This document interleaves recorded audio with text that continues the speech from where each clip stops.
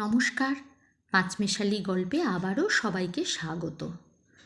আজ আমি পাঠ করে শোনাব বিভূতিভূষণ বন্দ্যোপাধ্যায়ের লেখা ছোট গল্প দ্রব্যময়ীর কাশীবাস। গল্পটা আমি দুটো পাঠে ভাগ করে শোনাচ্ছি।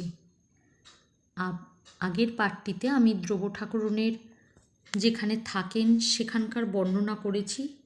পরবর্তী সময়ে তিনি যে কাশী বাস করতে আসছেন সেখানে কিভাবে থাকবেন, কেমনভাবে থাকবেন সেই নিয়েই গল্পটা। তো শুরু করি। দ্রব্যময়ীর কাশীবাস। দ্রব্য ঠাকুরন ঘণ্টাখানেকের মধ্যেই সভয়ে আবিষ্কার করলেন তার প্রতিবেশিনী নদে জেলার লোক। কথাবার্তার ধরন ও সুর শহুরে ও সম্পূর্ণ মার্জিত।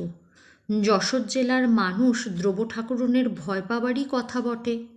তিনি এসে দ্রব্য ঠাকুরনের ঘরে ঢুকে বললেন, আপনার রান্নাবান্নার ব্যবস্থা কাল থেকে করলেই হবে। আজ আমার ঘরে দুধ আর মিষ্টি আছে, আপনার জন্য রাখলুম কি না? দ্রব্য ঠাকুরন ভয়ে ভয়ে বললেন, ও। প্রতিবেশিনী নিজের ঘর থেকে খাবার এনে বললেন, আপনার লোম বস্ত্র বার করুন। দ্রব্য ঠাকুরন ভালো বুঝতে না পেরে বললেন, কি বললেন? দ্রব্য ঠাকুরন বললেন, এই কথায় বয়ের উচ্চারণ যশোর জেলার উচ্চারণের রীতি অনুযায়ী প্রসারিত উচ্চারণ।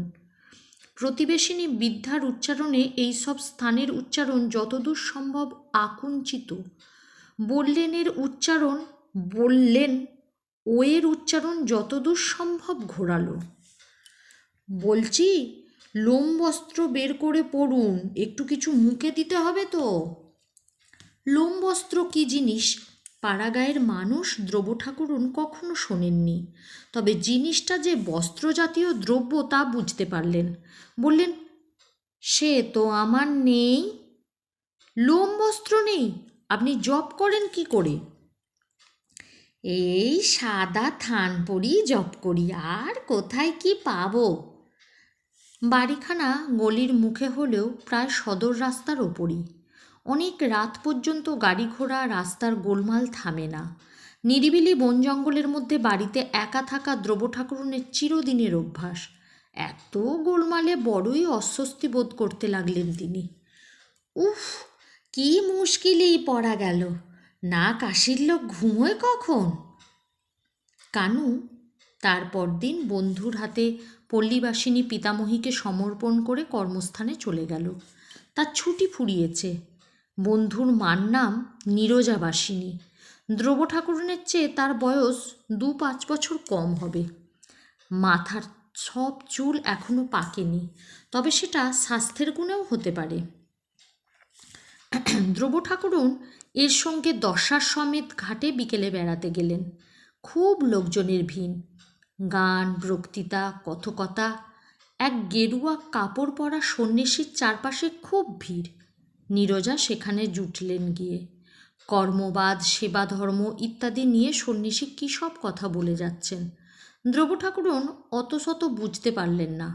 ফিরবার পথে দ্রব্য ঠাকুরন জিজ্ঞেস করলেন, উনি কেডা?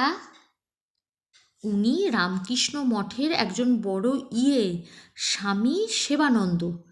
কি মঠ? কেন, রামকৃষ্ণ মঠের কথা শোনেননি? ঠাকুর রামকৃষ্ণদেবের মস্ত বড় কাণ্ড ওদের। রাম আর কৃষ্ণ দুই ঠাকুরের নাম বুঝি?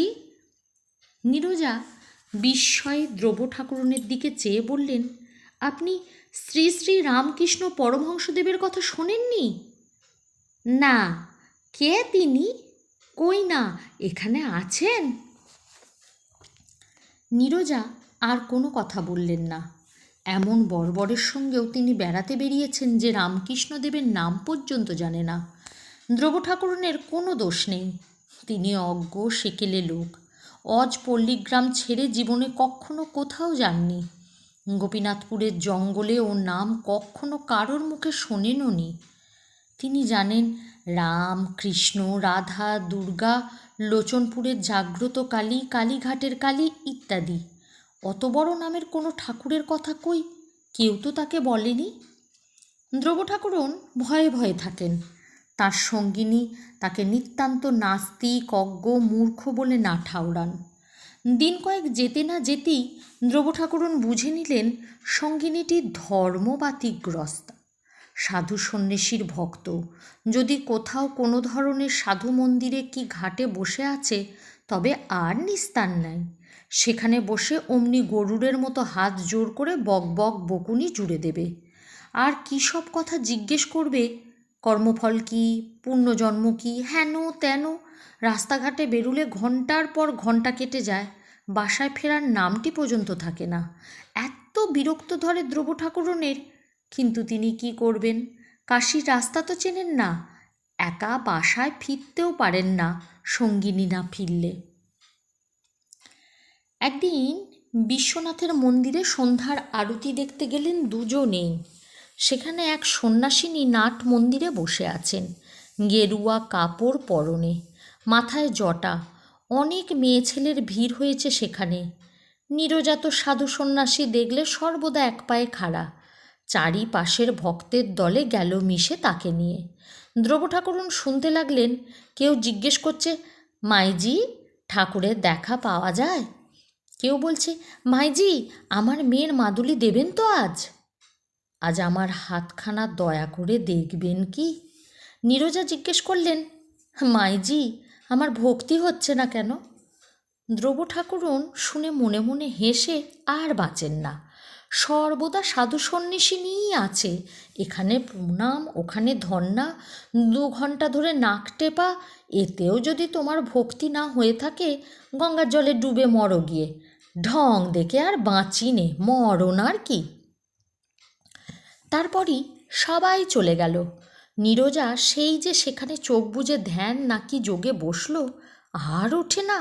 ধ্রুব ঠাকুরনও কিছু বলতে সাহস পান না। এদিকে তার মনে পড়ল সুজি একদম নেই। সে কথা এতক্ষণ মনে ছিল না। এত রাত হয়ে গেল, কোথায় বা সুজি কেনা হবে? রাত্রে একটু মোহনভোগ খাওয়া, তাও আজ ধর্মের ভিড়ে বুঝি আর হবে না। বসে বসে ধ্রুব ঠাকুরন বিরক্ত হয়ে উঠলেন। মন্দির থেকে মেয়েরা প্রায় সব চলে গিয়েছে। এদেশি লোক যারা হিন্দি মিন্দি বলে, তাদের দলই যাচ্ছে আসছে। কি জানি, ওদের কথা তিনি কিছুই বুঝতে পারেন না, বলতেও পারেন না। আজ মাস 3 গ্রাম থেকে এসেছেন। বেশ শীত শীত পড়ে গিয়েছে কাশিতে। মুঙ্গলি গরুটার কথা এত করেও আজকাল মনে পড়ছে। শীতের রাত্রে পাছে কষ্ট হয় বলে তিনি গোয়ালে আগুন করে রাখেন। তার গাছটাতে খুব ডুমুর হয়েছে নিশ্চয়ই, কে জানে। একটা গাছ ডুমুর কারা খাচ্ছে? কম ডুমুর তো হয় না গাছটাতে। আহা, নবৌ কি মুঙ্গলিকে অত যত্ন করছে তার মতো? তিনি যে পেটের মেয়ের মতো ওকে না। তার চোখে জল এসে পড়ে। আজই এতকাল পরে নবৌয়ের পত্র এসেছে দেশ থেকে, তাই বেশি করে মনে পড়ছে দেশের কথা। নবৌ লিখেছে মুঙ্গলি ভালো আছে, শিগগিরই বাছুর হবে। তার বাড়ির দাওয়ায় খুঁটি না বদলালে নয়, কানু বা বিন্দেকে যেন চিঠি লেখা হয় সেজন্যে। নীরজা দীর্ঘ নিঃশ্বাস ফেলে ধ্যান ভঙ্গ করে উঠে দাঁড়িয়ে বললেন, দিদি চলো যাই। সত্যি কি পবিত্র স্থান না? ইচ্ছে হয় না যে আবার সংসারে ফিরে যাই, রাঁধি খাই। ধ্রুব ঠাকুরন মনে মনে বললেন, মরো না এখানে শুকিয়ে হতে দিয়ে, কে মাথার দিব্যি দিয়েছে রাঁধতে খেতে। নীরজা বললেন, করন্যাসটা অভ্যেস করেছি কি না? প্রায় হয়ে এলো। দ্রব্যময়ী নীরব। মাগিটা পাগল নাকি? কী সব বলে বোঝাও যায় না। রাত দুপুর বাজলো বাবা, এখন বাসায় চলো দেখি। বাসায় এসেও কি তাই নিস্তার আছে? নীরজা ডাকবেন তার ঘর থেকে, ও দিদি একটু গীতা পাঠ করি শোনো। নিতান্ত অনিচ্ছার সঙ্গেও তাকে যেতে হয়। গীতা টিতা ওসব তিনি বোঝেন না। সুবচনীর ব্রত কথা, সত্যনারায়ণের পাঁচালি, শিবরাত্রির ব্রত কথা এসব শোনা তার অভ্যেস আছে। বেশ দিব্যি বুঝতেও পারেন। এসব শক্ত শক্ত কথার কি কাণ্ডমাণ্ড এক বর্ণও যদি তিনি বোঝেন। আর মাগির চোখ উল্টে কান্না কান্না মুখের ভাব করে পড়বার ভঙ্গিই বাকি। ধ্রুব ঠাকুরন না পারেন হাসতে, না পারেন হাসি চাপতে। এমন বিপদেও মানুষ পড়ে গা। নীরজা পড়তে পড়তে বলবেন, আহা, কী চমৎকার! দ্রব ঠাকুরুন বসে ঢুলতে ঢুলতে ভাববেন, থামলে যে বাঁচি। সকালে উঠে নীরজা বললেন, আজ আমার গুরুদেব আসবেন। দিদি, দুখানা লুচি ভেজে দিও তো আমার ঘরে বসে। বেলা 2টোর সময় এক সন্ন্যাসী এসে হাজির, বেশ মোটা ভুঁড়িওয়ালা, এই লম্বা দাড়ি। নীরজা সাষ্টাঙ্গ হয়ে প্রণাম করে দুবার মাথা ঠুকলেন গুরুদেবের পাদপদ্মে। আহার আদির জোগাড় করতেই কাটল সারা দিন। 3 সের দুধ মেরে 1 সের হলো, ঘরে রাবড়ি মালাই তৈরি হলো, লুচি ভাজা হলো। সন্ধ্যার সময় নীরজা বসলেন গুরুর কাছে কী সব ক্রিয়া শিখতে। আসন না মাথা মুন্ডু তাই শিখতে। যতবা এ বকে ততবা ও বকে, মনে হলো বুঝি কানের পোকা সব বেরিয়ে যায়। গুরুদেব বাঙালি। রাত 9টার পরে দ্রব ঠাকুরনকে ডাক দিলেন, বললেন, তোমার বাড়ি কোথায়? গোপীনাথপুর, যশোর জেলা। কে আছে বাড়িতে? নাতিরা আছে, তাদের ছেলে বউ আছে। তুমি কাশী বাস করতে এসেছ? হ্যাঁ। নাম কি? দ্রবময়ী দেববা। দীক্ষা হয়েছে? না। নীরজা চোখ কপালে তুলে বললেন, কি সর্বনাশ, দীক্ষা হয়নি এতদিন? তা তো জানতাম না। গুরুদেব বললেন, দীক্ষা নিতে হবে মা তোমাকে। আমার পয়সা নেই, দীক্ষা নিতে গেলে খরচ আছে। নাতিরা 11 টাকা করে মাসে পাঠায়, তার মধ্যে ঘর ভাড়া, তার মধ্যে খাওয়া, পয়সা পাই কোথায়? দীক্ষা না নিলে কাশীবাসে ফল কি মা? ফলের জন্য তো আসিনি, শরীরটা সারাতে এসেছিলাম। নীরজা রাগের সুরে বললেন, শরীর আগে না পরকাল আগে? দ্রব ঠাকুরন চুপ করে রইলেন। গুরুদেব বললেন, নীরজা মার কথার উত্তর দাও, চুপ করে থাকলে হবে না। নীরজা বললেন, গীতার ভক্তিযোগ সেদিন পড়ছিলাম, শুনলে তো দিদি? কর্মের চেয়েও ভক্তি বড়, স্বয়ং ভগবান বলেছেন। আহ, কি বিপদ! মাগির সব সময় কি আবল তাবল বকুনি? মুখে বললেন, আমি তো কিছু বুঝি নে, আপনারা যা বলেন। তবে এবার কিছু হবে না। নাতি 7 টাকা পাঠিয়েছিল, তা ঘর ভাড়াতেই গিয়েছে। হাতে টাকা না থাকলি। তবুও দুজনই নাছোড়বান্দা, দীক্ষা নিতেই হবে।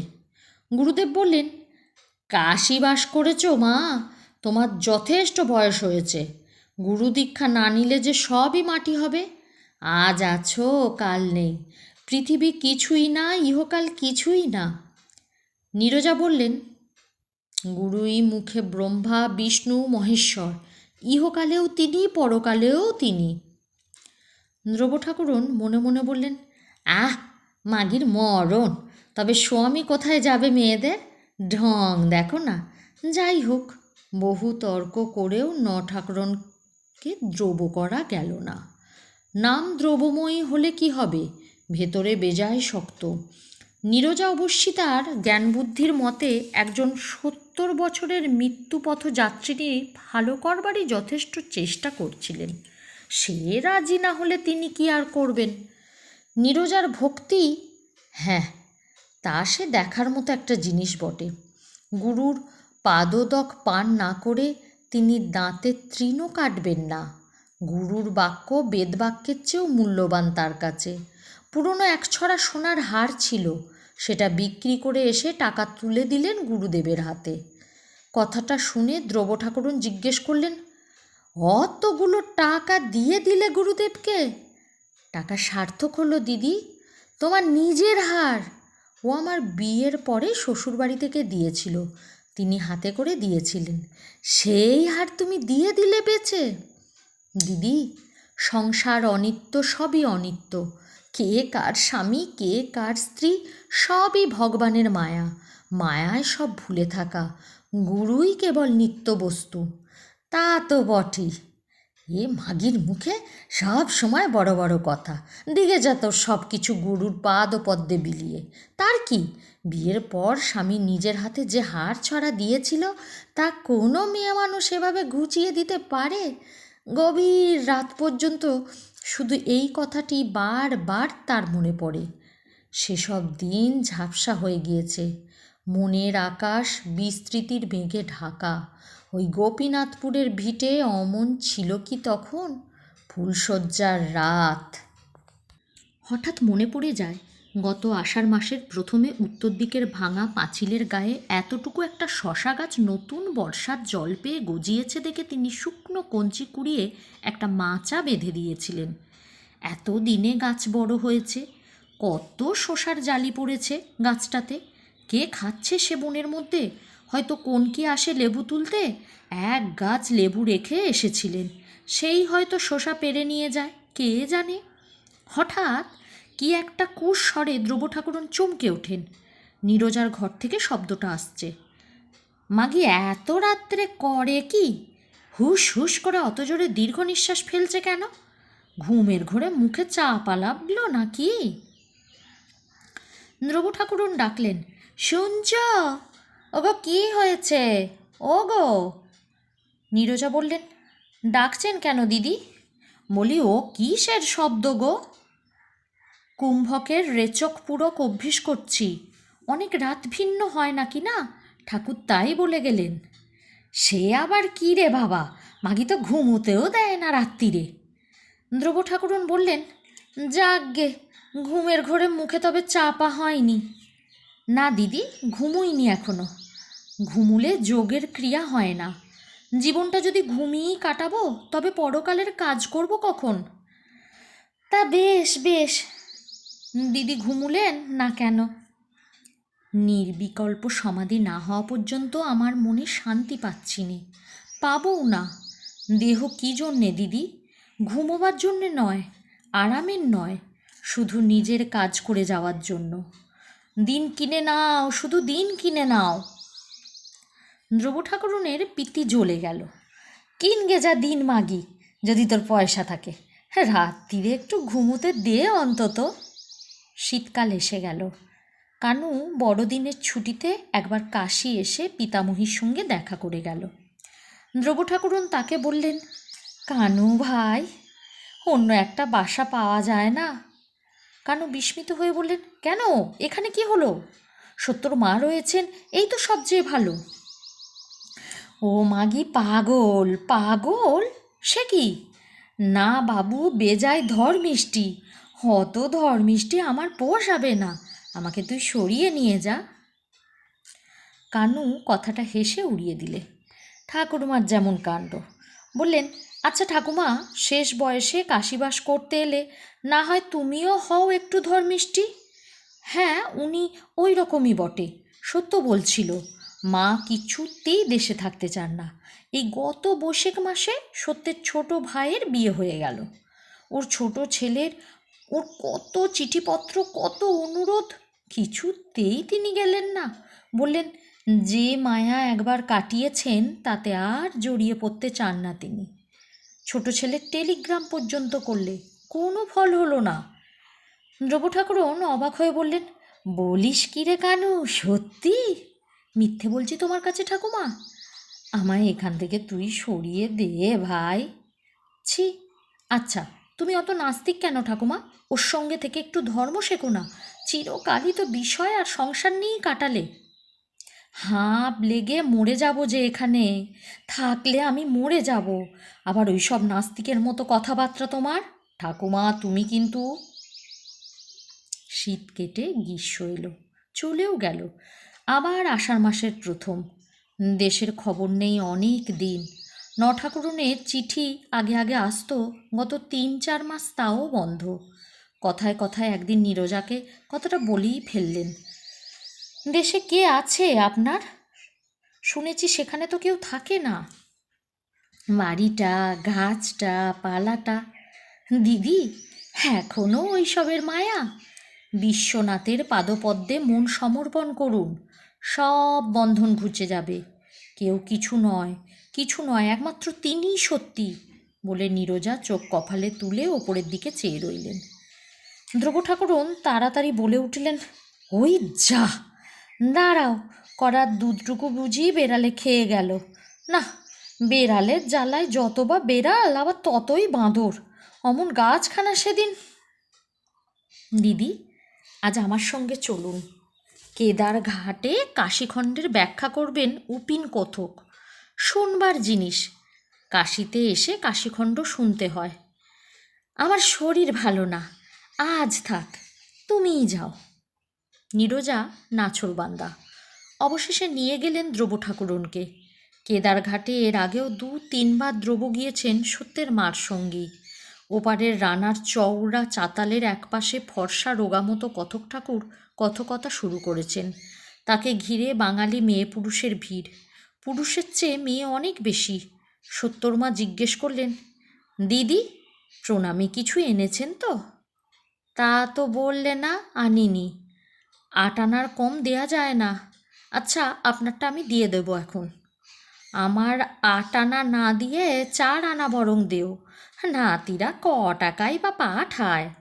এখানে যা দেবেন দিদি পরকালের জন্য তোলা রইল। বর্ষার গঙ্গার ঢল নেমেছে। কেদারঘাটের সামনের নদীতে কাদের বড় একটা বজরা ভেসে চলেছে। 2-3খানা পানশিতে সুসজ্জিত নরনারী নদী ভ্রমণে বার হয়েছে। রামনগরের দিকে সূর্য অস্ত যাচ্ছে। উঁচু বাড়ির ছাদের কার্নিশে তরল সোনার মতো ঝিলমিল করছে রাঙা রোদ। কথক ঠাকুর সুকণ্ঠে গান ধরেছেন। কাশী সকল তীর্থর সার। মৃত্যুর সময় মণিকর্ণিকার ঘাটে স্বয়ং বিশ্বনাথ কানে কানে মন্ত্র দেন। মানুষের শিবলোক প্রাপ্তি ঘটে, এই হলো গানের অর্থ। দ্রব ঠাকুরনের মন অজ্ঞানে অনেক দূরে চলে গেল। তার খয়ের খাগি গাছে কত কাঁঠাল হয়েছে। এই আষাঢ় মাসে বড্ড কাঁঠাল ধরে গাছটাতে, শেকড়ে পর্যন্ত কাঁঠাল। 3টে আম গাছে আমও নিশ্চয় খুব ধরেছিল। নাতিরা কি গিয়েছে আম খেতে? তাদের তো সেদিকে দৃষ্টি নেই, 12 ভূতে লুটে খাচ্ছে। রাত্রি নামল। নীরজা বললে, চলুন দিদি। দ্রব ঠাকুরন লক্ষ্য করেছেন সমস্ত সময় নীরজা মাগি ফস ফস করে কেঁদেছে, আর কেবল বলেছে, আহা আহা হা হা।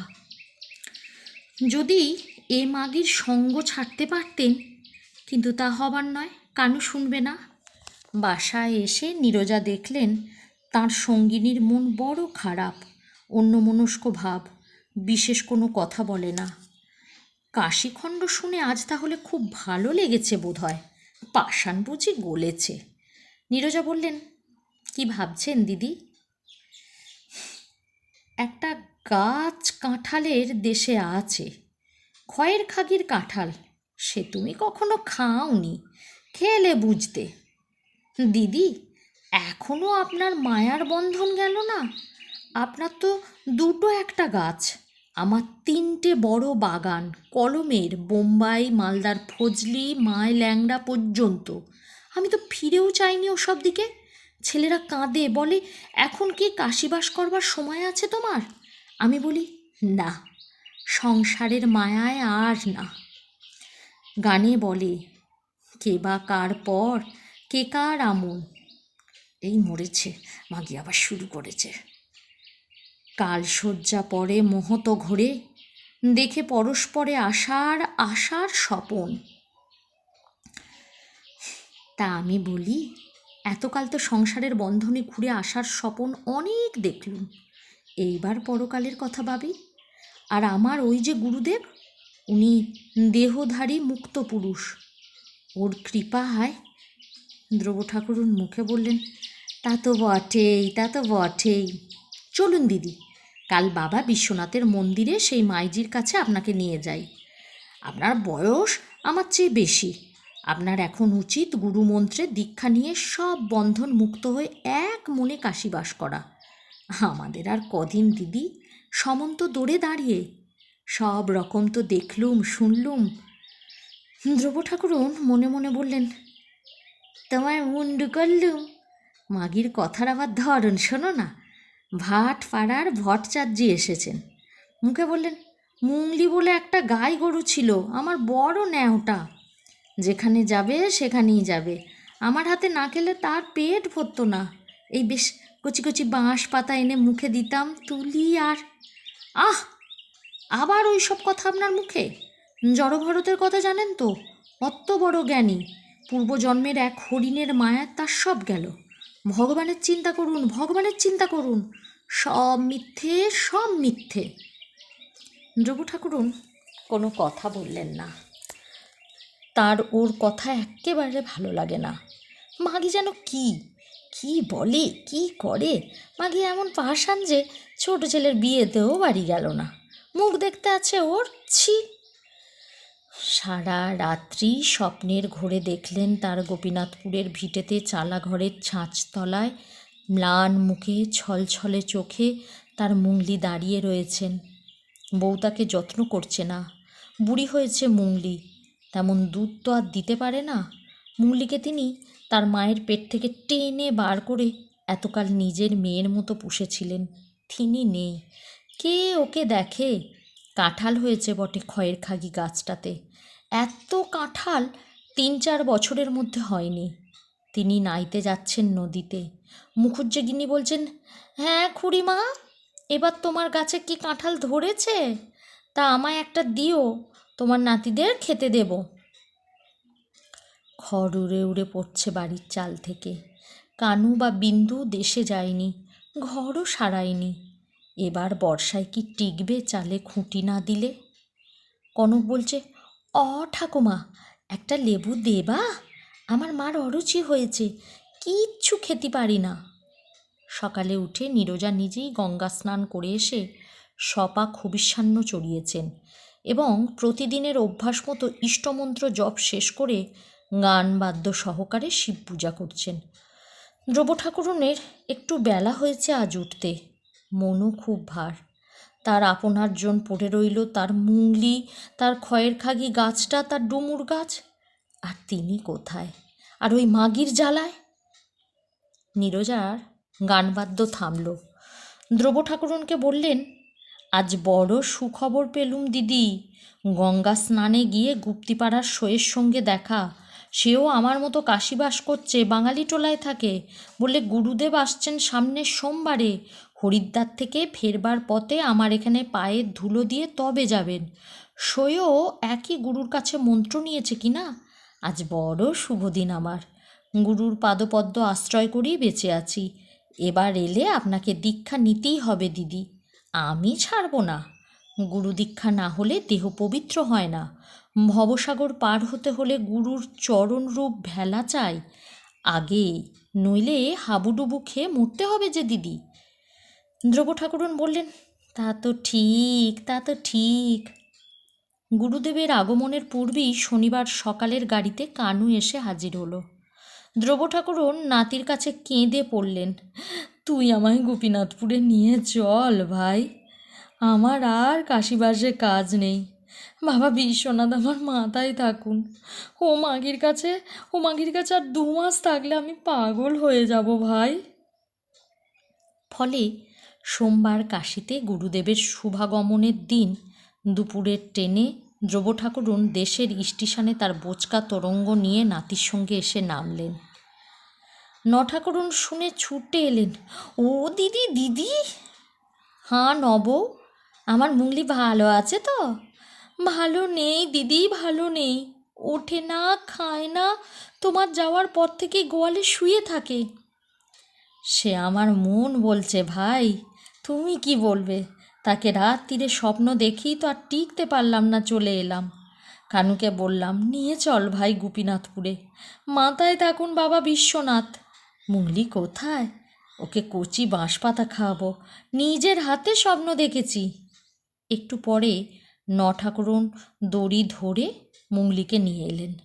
সত্যিই তার সে চেহারা আর নেই। সব কাজ ফেলে ধ্রুব ছুটে গিয়ে তার গায়ে মুখে হাত বুলিয়ে আদর করতে লাগলেন। মুংলির চোখে জল পড়ে, তারও চোখে জল পড়ে। ঠাকুরন বললেন, আর জন্মে ও তোমার মেয়ে ছিল দিদি, আর জন্মের মায়ার বাঁধন। রক্ষে করো নব, তুমিও বড় বড় কথা বলতে শুরু করলে নাকি সেই মাগির মতো। মুংলি এ জন্মই আমার মেয়ে, আর জন্ম টন্ম ছেড়ে দাও। কে মাগি? কার কথা বলছো? সে বলবো এখন সব। হাঁপ ছেড়ে বেঁচেছি দেশে এসে, বাহ। কানু হেসে বললে, না, ঠাকুমাকে নিয়ে আর পারা গেল না, এমন নাস্তিক। কাশিপ্রাপ্তি অদিষ্টে থাকলে তো। তুই ভাই বল, নব বলো, আমার এই ভিটেতেই যেন তোদের কোলে শুয়ে সকলের কাছ থেকে বিদায় নিয়ে যেতে পারি। কাশি পেরাপ্তিতে দরকার নেই, এই ভিটেই আমার গয়া কাশি। তিনি এই উঠোনের মৃত্তিকাতে শুয়েছিলেন, ওই তুলসী তলায়। আমাকেও তোরা ওখানে। আঁচলের খুঁট দিয়ে দ্রব্য ঠাকুরুন চোখের জল মুছলেন। বেলা যায়। আষাঢ়ান্ত সুদীর্ঘ দিনমানের শেষে সূর্য ঢলে পড়েছে পশ্চিম দিকের নিবিড় বাঁশবনের আড়ালে। ঘেটকোল ফুল কোথাও জঙ্গলে ফুটেছে, বাতাসে তার কটু উগ্র গন্ধ। দ্রব্য ঠাকুরুনের মন শান্তিতে, আনন্দে, উৎসাহে পূর্ণ হয়ে গেল। 11 বছরের নববধূ এই বাড়ির উঠোনে পা দিয়েছিলেন। এখন তার বয়স 3-26। কনক হাসি মুখে এসে দাঁড়িয়ে বললে, ঠাকুমা ভালো আছেন? এছেন শুনে ছুটে দেখতে এলাম, আমাদের কথা মনে ছিল। গল্প পাঠ ভালো লাগলে লাইক, কমেন্ট, শেয়ার করবেন। আর আমার আরও গল্প শুনতে হলে আমার চ্যানেলটিকে সাবস্ক্রাইব করে আমার পাশে থাকবেন। আবার আসবো অন্য এক গল্প নিয়ে। সকলে ভালো থাকুন। নমস্কার।